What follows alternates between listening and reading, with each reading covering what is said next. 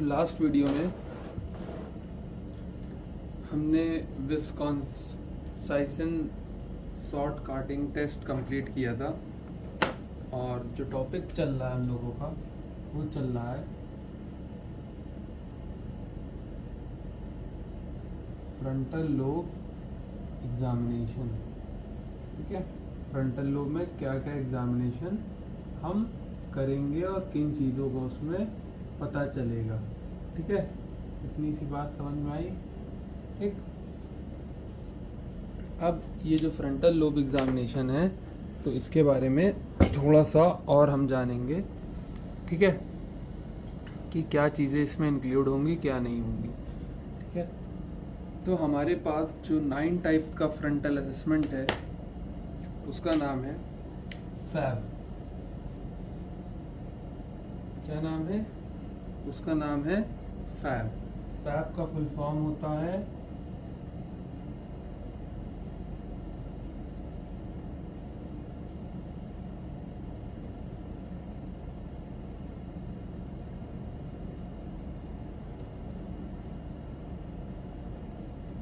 Frontal assessment battery. ठीक है, इतनी सी बात समझ में आई। इसी का शॉर्ट फॉर्म क्या होगा? फैब कहलाएगा। ये समझना पड़ेगा, जब फैब नहीं डेवलप हुआ था तो फैब से पहले लोग गो और नो गो टेस्ट करते थे और लूरिया सीक्वेंस करते थे। ठीक है, तो फैब होता क्या है? फैब जो है हर तरीके के बेड साइड असेसमेंट को या बेड साइड टास्क को रख के बना हुआ है। बेड साइड टास्क जो कि इन्वॉल्व होंगे एग्जीक्यूटिव फंक्शन को टेस्ट करने के लिए। ठीक है, फैब का असेसमेंट मेन होता क्या है? फैब का मेन असेसमेंट जो होता है वो होता है आपका एग्जीक्यूटिव फंक्शन का। क्या होता है? एग्जीक्यूटिव फंक्शन का टेस्ट होता है। अच्छा, एक बात ये समझिएगा, ये जब भी हम एग्जीक्यूटिव फंक्शन टेस्ट करेंगे तो इनमें फैब किस किस चीज़ों को टेस्ट करेगा ये समझ लीजिए। जो सबसे पहली चीज़ आती है वो आती है कॉन्सेप्ट क्रिएशन, मतलब कॉन्सेप्चुअलाइजेशन। कोई भी कॉन्सेप्ट को ग्रैस्प करना या समझना, उसे क्या कहेंगे? कॉन्सेप्चुअलाइजेशन कहेंगे। ठीक है, सेकेंड चीज़ जो हमारे पास आती है वो क्या आती है एग्जीक्यूटिव फंक्शन में? मेंटल फ्लेक्सिबिलिटी, कि आपका ब्रेन किसी चीज़ पर रिजिड और कॉन्क्रीट रिस्पांस तो नहीं दे रहा है। ठीक है, तीसरा क्या आती है? Motor programming. ठीक, फोर्थ आता है हमारे पास जो रिस्पांस हम देते हैं किसी भी चीज़ की वजह से। कोई भी एक रिस्पांस जो कभी कभी इनहिबिट होता है तो उसके वजह से तो रिस्पांस इनहिबिशन हो गया। पांचवा जो हमारे पास आता है वो आता है इन्वायरमेंटल ऑटोनॉमी। ठीक है, इतनी सी बात समझ में आई। ठीक है, तो जो भी एग्जीक्यूटिव फंक्शन फैब टेस्ट करेगा वो फंक्शन कौन कौन से होंगे? कॉन्सेप्चुअलाइजेशन होगा, मेंटल फ्लेक्सिबिलिटी होगी, मोटर प्रोग्रामिंग होगी, रिस्पांस इनहिबिशन और इन्वायरमेंटल ऑटोनॉमी। हर टास्क का स्कोरिंग ये समझिएगा कि हर टास्क है, कितने टास्क है? 5 टास्क है। ठीक है, हर टास्क की एक स्कोरिंग ये समझ जाइए कि एक तरह से। अच्छा हाँ, एक और होता है हमारे पास, 3 तो 5 हुआ ना।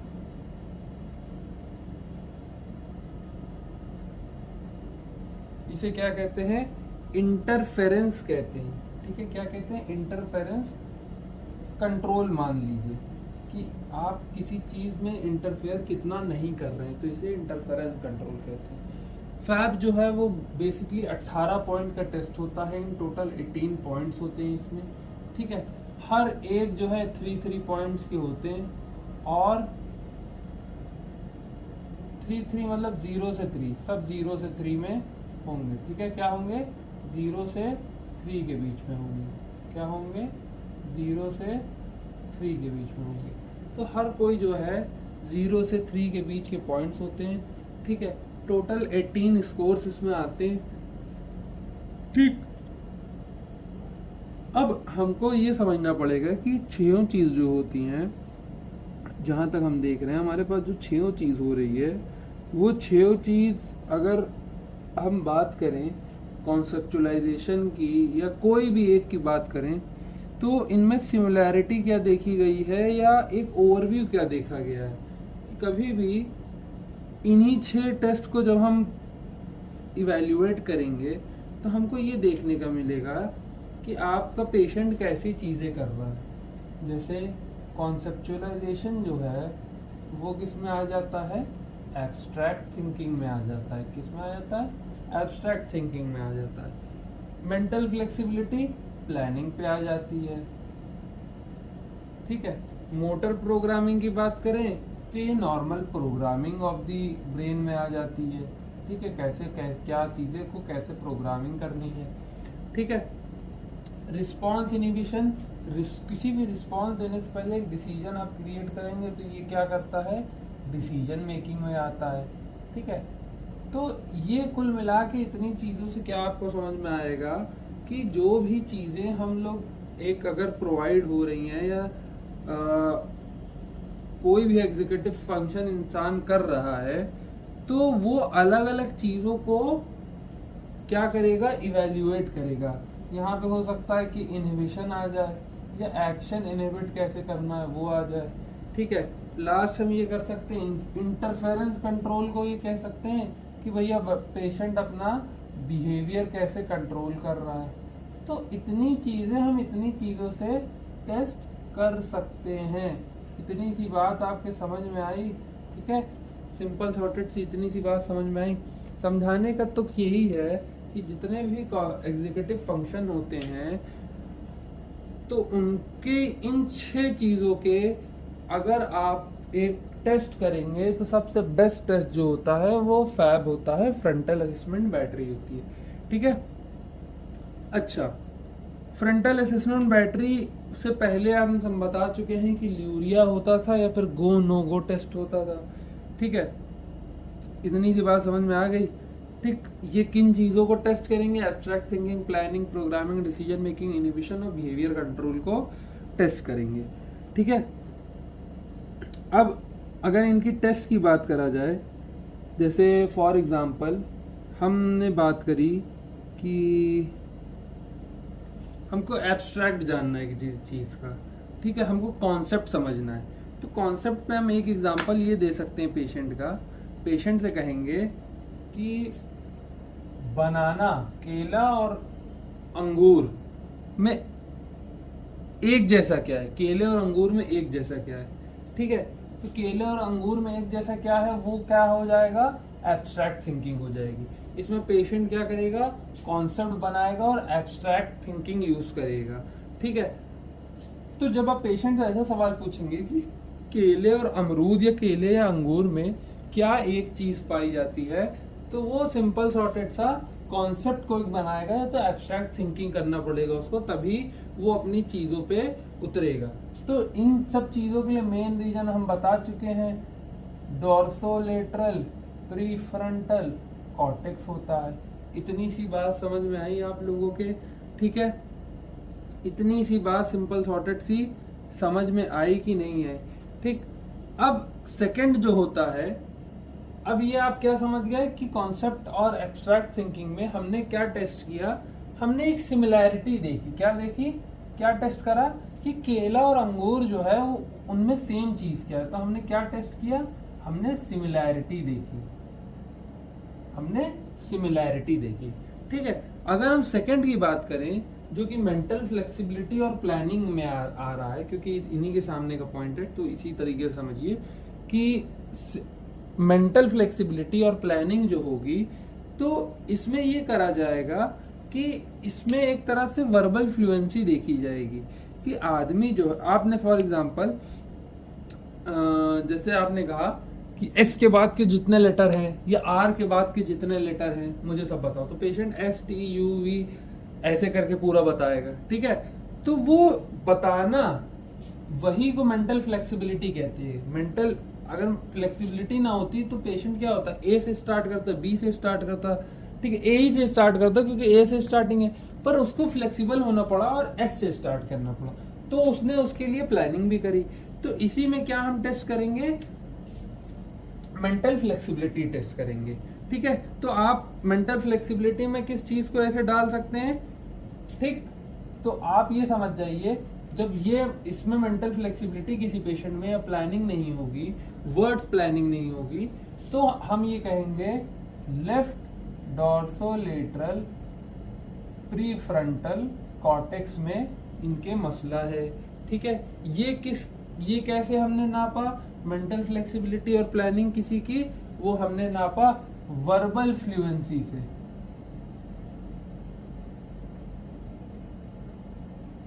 इससे नापा वर्बल फ्लुएंसी से, ठीक है। इतनी सी बात समझ में आ गई। अब हम नेक्स्ट पे बात करेंगे मोटर प्रोग्रामिंग, ये तो प्रोग्रामिंग की, ठीक है। मोटर प्रोग्रामिंग और प्रोग्रामिंग में आप ये बात ध्यान में रखिएगा कि जो टेस्ट हमने पढ़ा था फर्स्ट एज पाम टेस्ट, कौन सा, फर्स्ट एज पाम टेस्ट, एक हमने टेस्ट पढ़ा था, ये टोटल उसी के हिसाब से चलेगा, ठीक है।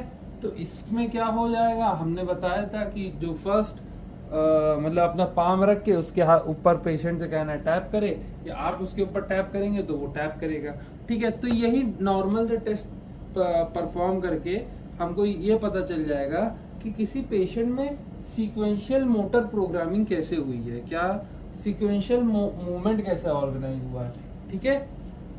इतनी सी बात समझ में आ गई। ये जो एरिया कवर करता है वो मोस्टली प्री मोटर कॉर्टेक्स होता है, ठीक है, और सप्लीमेंट्री मोटर एरिया होगा, कौन सा होगा, सप्लीमेंट्री मोटर एरिया होगा, ठीक है। इतनी सी बात समझ में आ गई। इसमें हम क्या देखेंगे, हमने जो पाम एज टेस्ट किया था, फर्स्ट एज पाम टेस्ट जो हमने बताया था, वो किस में आता था, वो लूरिया सीक्वेंस में आता था ना, वो किस में आ रहा था, लूरिया सीक्वेंस में आ रहा था। तो इतनी सी बात समझ में आई कि नहीं आई, ठीक है। नेक्स्ट पे बात करते हैं रिस्पांस इनहिबिशन और डिसीजन मेकिंग की। देखिए रिस्पांस इनहिबिशन किसी में इसलिए ज़रूरी है कि एक बात ये समझिएगा, किसी भी इंसान में जो रिस्पांस वो इनहिबिट करने जा रहा है, तो उसी इनहिबिशन में एक डिसीजन लेना बहुत ज़रूरी है, ठीक है, उसी टाइम एक डिसीजन लेना बहुत ज़रूरी है। तो किसी भी रिस्पांस को करने से पहले डिसीजन लेना में जो पार्ट ऑफ द ब्रेन वो होता है, वो आपको पता है एंटीरियर सिंगुलेट कॉर्टेक्स होता है, डीएलपीएफसी भी होता है, तो दोनों को लिख सकते हैं, ठीक है, डीएलपीएफसी और एंटीरियर सिंगुलेट कॉर्टेक्स इन्वॉल्व होगा। सिंपल शॉर्टेड से इतना समझिए। इसमें पेशेंट्स का वही वाला एग्जांपल उठा लिए, भैया हमने एक बार टैप किया तो पेशेंट ने जो है 2 बार टैप करेगा, मतलब हम थोड़ा सा रूल बना देंगे, क्या बना देंगे, हम रूल बना देंगे ताकि पेशेंट थोड़ा सा फंसा रहे। तो हम एक तरह से क्या करेंगे, पेशेंट को कॉन्फ्लिक्टिंग इंस्ट्रक्शन दे देंगे, क्या दे देंगे, कॉन्फ्लिक्ट करने वाले इंस्ट्रक्शन दे देंगे, ठीक है, ताकि पेशेंट जो है थोड़ा सा इंटरफेरेंस लाए, थोड़ी सी चीजें चेंज करे। इतनी सी बात समझ में आ गई, जो अपना रिस्पॉन्स इनहिबिट कर रहा है उसका सही डिसीजन मेकिंग दे सके, ठीक। फिफ्थ की बात करें इन्वायरमेंटल ऑटोनॉमी की या इनहिबिशन की, तो इन्वायरमेंटल ऑटोनॉमी ये होती है कि इसमें जो है पेशेंट ऑलमोस्ट अपने आप रिस्पॉन्स करता है, और इसमें जो है आपका ऑर्बिटो फ्रंटल कॉर्टेक्स इन्वॉल्व होता है, ऑर्बिटो फ्रंटल कॉर्टेक्स इन्वॉल्व होगा। तो ये एसेस करने में क्या मदद करेगा, आपकी इनहिबिशन। अच्छा, कोई चीज में इनहिबिशन अगर आपको आ रही है तो उसे कंट्रोल भी तो आपको करना जरूरी है, क्या करना जरूरी है, उसको कंट्रोल करना भी जरूरी है। तो इसी को कंट्रोल अगर ना किया जाए तो आपको क्या पता चल जाएगा, आपको ये पता चल जाएगा कि पेशेंट जो है उसका कैसा कंट्रोल है, क्या है, कैसा कंट्रोल है, इम्पल्सिव कंट्रोल है या कैसा कंट्रोल है, आपको क्लियर कट सा ये पता चल जाएगा, ठीक है। क्या पता चलेगा, इम्पल्स कंट्रोल पता चलेगा। ठीक है, किसी भी ऑटोनॉमी को चेंज करने के लिए आपको ये पता चल जाएगा कि उसमें इम्पल्स कंट्रोल कितना है। ठीक है, अब इंटरफेरेंस कंट्रोल की अगर हम बात करें तो इंटरफेरेंस कंट्रोल जो होता है ये एक तरह से ऐसा होता है कि इसको कहा जाता है कि भैया बिहेवियर जो है किसी बंदे का वो कंट्रोल कैसे हो रहा है। ठीक है, तो इसको समझने के लिए ये समझिए कि जैसे ये बिहेवियर कंट्रोलिंग होता है। ठीक है, और ये इंटरफेरेंस मतलब इंटरफेरेंस कंट्रोल हमने ये समझा है कि ये 6 एग्जीक्यूटिव फंक्शन में इंटरफेरेंस में जो कंट्रोल कर सकता है, तो ये एक बिहेवियर कंट्रोल भी है, एक इंटरफेरेंस कंट्रोल भी है। तो एक बात इसमें ये दिमाग में डालिएगा कि ये टेस्ट जो है ये एक तरह का प्रीहेंसिव या यूटिलाइजेशन बिहेवियर में आता है। किस में आता है? प्रीहेंशन या यूटिलाइजेशन बिहेवियर में आता है। ठीक है, तो प्रीहेंशन बिहेवियर को या एक तरह के यूटिलाइजेशन बिहेवियर को ये समझा जा सकता है कि कोई भी पेशेंट है एक्स के सामने कोई सामान रखा है और आपने उस सामान उठाने को उसको मना किया। ठीक है, स्टिल आपने कुछ ऐसा काम किया कि वो उस रूल को तोड़ के उस सामान को फिर भी उठा के आपको मार देगा। ठीक है, इतनी सी बात समझ में आई। ठीक,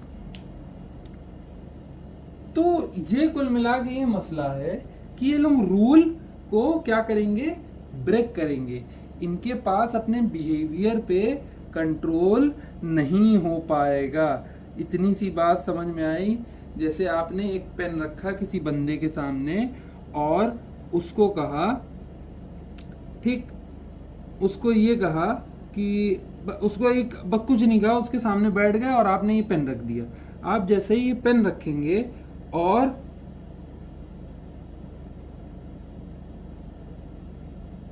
पेशेंट की उंगली छुएंगे, ठीक है, जैसे ही पेशेंट की उंगली छुएंगे और आप वेट करेंगे इंस्ट्रक्शन के लिए, तो पेशेंट अपने आप जो है एक अनबिहेवियरेबल कंट्रोल में, हो सकता है पेन उठा ले, हो सकता है कुछ और चीज उठा ले, तो वो एक एबनॉर्मल रिस्पॉन्स देना शुरू कर देगा। इसी को रखा गया है, इसीलिए ये जितने एबनॉर्मल रिस्पॉन्स आते हैं एक तरह के इन्वायरमेंटल ऑटोनॉमी में ही आते हैं। ठीक है, तभी हमने समझाया कि इन्वायरमेंटल ऑटोनॉमी जो है ऑर्बिटोफ्रंटल कॉर्टेक्स की वजह से होती है।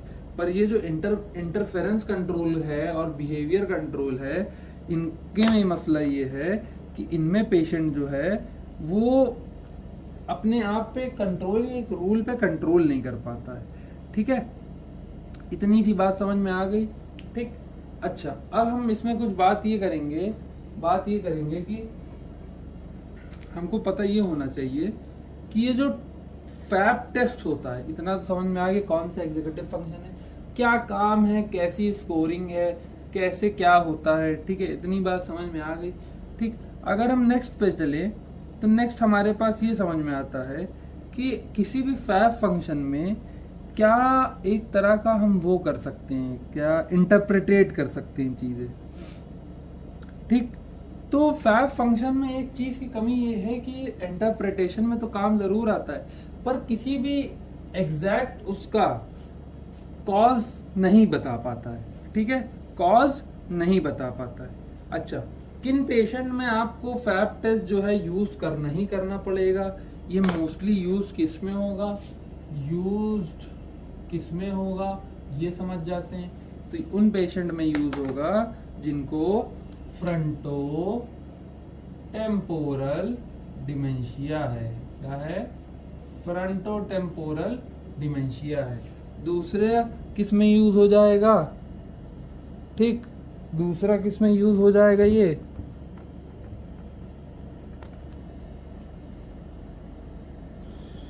एक सेकेंड रुकिए।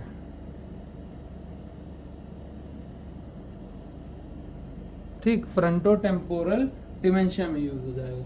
दूसरा ये यूज होगा पार्किंसन डिजीज में। तीसरा ये यूज होगा सब न्यूक्लियर पैल्सी में। कौन सी पैल्सी में? सब न्यूक्लियर। ये एक तरह की प्रोग्रेसिव सब न्यूक्लियर पाल्सी में ये टेस्ट आप करा सकते हैं, ठीक है। और किस में होगा, जब पेशेंट के फ्रंटल लोब में स्ट्रोक पड़ेगा, ठीक, इतना समझ गए। और कब हो सकता है, जब पेशेंट में कोई ट्रोमैटिक ब्रेन इंजरी हो, टीबीआई हो, ठीक है। सिंपल सॉर्टेड सी बात समझ गए कि नहीं समझ गए, ठीक। तो आपके पेशेंट में conceptualisation, mental flexibility, motor programming, response inhibition, environmental autonomy और इंटरफेरेंस कंट्रोल में टोटल जो रेटिंग है फैब की वो 18 है, सबकी 3 पॉइंट्स दिए गए हैं, ठीक है। इतनी सी बात समझ गए, ठीक। 6 तरीके के टेस्ट बता दिए गए हैं कि कौन सा टेस्ट कैसे किया जाएगा, इतनी सी बात समझ में आ गई, ठीक। तो सिंपल सॉर्टेड सा आप समझ गए। तो अगर आपसे पूछा जाए कि कौन सा टेस्ट इनहिबिशन के लिए होता है, किसके लिए होता है, इनहिबिशन के लिए होता है, तो वो कौन सा टेस्ट हो जाएगा, वो हो जाएगा गो और नो गो टेस्ट। सिंपल सॉर्टेड से ये समझिए, ठीक। इन्वायरमेंटल ऑटोनॉमी के लिए क्या हो जाएगा, इन्वायरमेंटल ऑटोनॉमी के लिए भी वही सेम चीज, इनहिबिशन वाली चीज आ जाएगी, ठीक है। और इसमें क्या आ जाएगा, एक तरह का प्रीहेंशन बिहेवियर भी आएगा। क्या आएगा, इन्वायरमेंटल ऑटोनॉमी में प्रीहेंशन बिहेवियर भी आ जाएगा।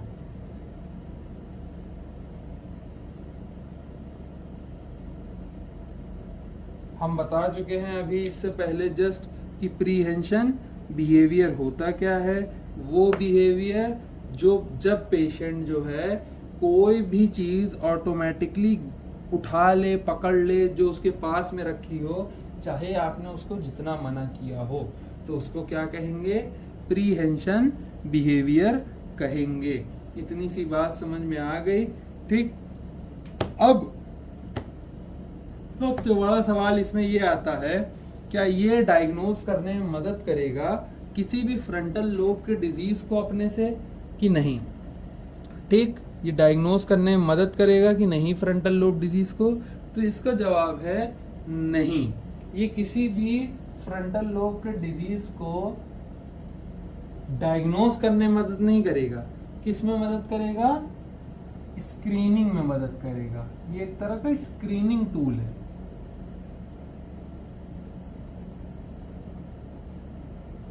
ठीक है। एक तरह का क्या है, स्क्रीनिंग टूल है, जिसमें आपको कुछ चीजों का अंदाजा मिल जाएगा। आप फॉर फर्दर इन्वेस्टिगेशन आगे चीजें उसी डायरेक्शन में कर सकते हैं, इसीलिए ये एक तरह का डायग्नोसिस नहीं है, ये होगा आपका स्क्रीनिंग टूल, ठीक। इतनी क्लियर कट से सिंपल सी बात समझ में आ गई, ठीक। तो हमने फ्रंटल लोब में क्या क्या पढ़ा, हम एक बार ये जान लेते हैं। फ्रंटल लोब अब खत्म हो चुका है, तो फ्रंटल लोब में हमने क्या क्या, पहले ये देख लीजिए पूरा, ठीक है। तो अब हम समझेंगे हमने फ्रंटल लोब में क्या क्या कवर किया और क्या क्या किया, ठीक है।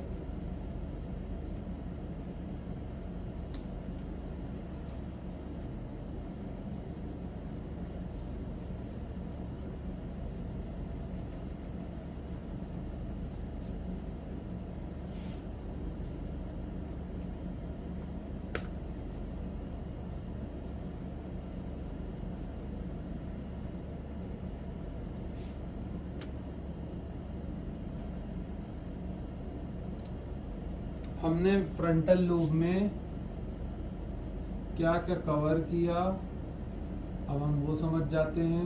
हमने फंक्शनल एनाटॉमी कवर कर ली, बेसिक एनाटॉमी, फंक्शनल एनाटॉमी हमने कवर कर ली। हम समझ लिए कि फ्रंटल लोब में कितने डिवीजन होते हैं, प्री फ्रंटल कॉर्टेक्स में क्या होता है, कुछ चीज़ें समझी, कुछ ऐसे साइन समझे जिन्हें कहा जाता है फ्रंटल रिलीज साइन। वो साइन जैसे कि ग्रेस्पिंग हो गया, सकिंग हो गया, ठीक है। तो ये सब साइन जो होते हैं वो फ्रंटल रिलीज साइन इसलिए कहे गए हैं। कभी कभी फ्रंटल लोब में चोट लगने की वजह से या फ्रंटल लोब में कोई बीमारी होने की वजह से ये सब साइन बचपने में चले जाते हैं, जैसे ग्रेस्पिंग, हाथ किसी का पकड़ना हो गया, ये सब साइन दोबारा आ जाते हैं, तो इनको ही क्या कहते हैं, फ्रंटल रिलीज साइन कहते हैं। ठीक है, और हमने क्या समझा है, हमने समझा है वर्बल फ्लुएंसी। ठीक है, वर्बल फ्लुएंसी हमने समझा है। हमने और क्या समझा है, हमने लूरिया मोटर सीक्वेंस समझा है। ठीक है, इतना समझा है। और क्या हमने समझा है, हमने गो नो गो टेस्ट समझा है। ठीक है, इनहिबिशन का टेस्ट जो होता है ये समझा है हमने। और क्या समझा है, कुछ ऐसे कॉन्फ्लिक्टिंग इंस्ट्रक्शन जो आपने किसी पेशेंट को दे दिए हैं जो उसके विल के अगेंस्ट या उसके नॉर्मल बिहेवियर के अगेंस्ट जा रहे हैं, हमने ये समझा है। और हमने क्या समझा है, हमने ये समझा है कि किसी भी पेशेंट में जब मोटर इम्परसिस्टेंसी आ जाती है तो कैसे चीज़ें होती हैं।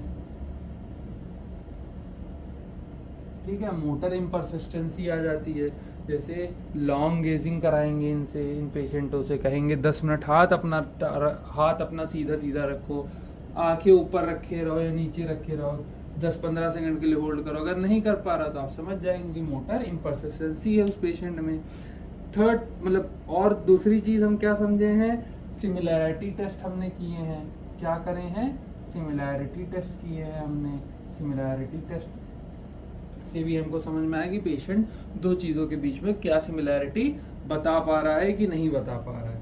ठीक है, फिर आता है प्रोवर्ब इंटरप्रिटेशन। किसी प्रोवर्ब को सिंपली समझ पा रहा है कि नहीं समझ पा रहा है, दिक्कत तो नहीं हो रही, भैंस के आगे बीन बजाना, एक मतलब सांप भी मर गया लाठी भी नहीं टूटी, ये सब प्रोवर्ब समझ पा रहा है कि नहीं समझ पा रहा है, उसके पीछे उसका दिमाग कैसे चल रहा है, पूरा हमने फिजियोलॉजी के साथ ये चीज़ें समझी। फिर उसके बाद हमने कल कवर किया था विंस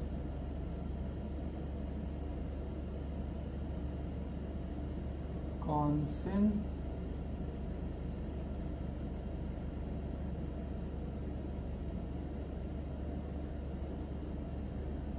ठीक है, इतनी सी बात समझ में आ गई। विंस कॉन्सिन विंस कॉन्सिन सॉर्टिंग कार्ड होता है। सॉर्टिंग कार्ड, इनमें सॉर्ट करना रहता है बाय कलर, बाय नेम या बाय नंबर, आपको सॉर्ट करना पड़ेगा। ठीक है, इतनी सी बात समझ गए।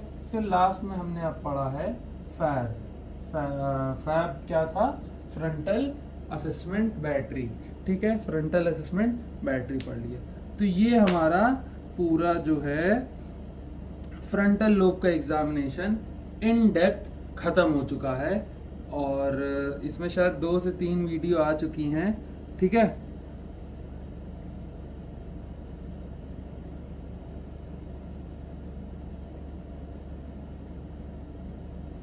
इसमें जो है 2 से 3 वीडियो आ चुकी है। देखिए, फ्रंटल लोब एग्जामिनेशन ख़त्म हो गया, इसके बाद हम दूसरा एग्जामिनेशन शुरू करेंगे।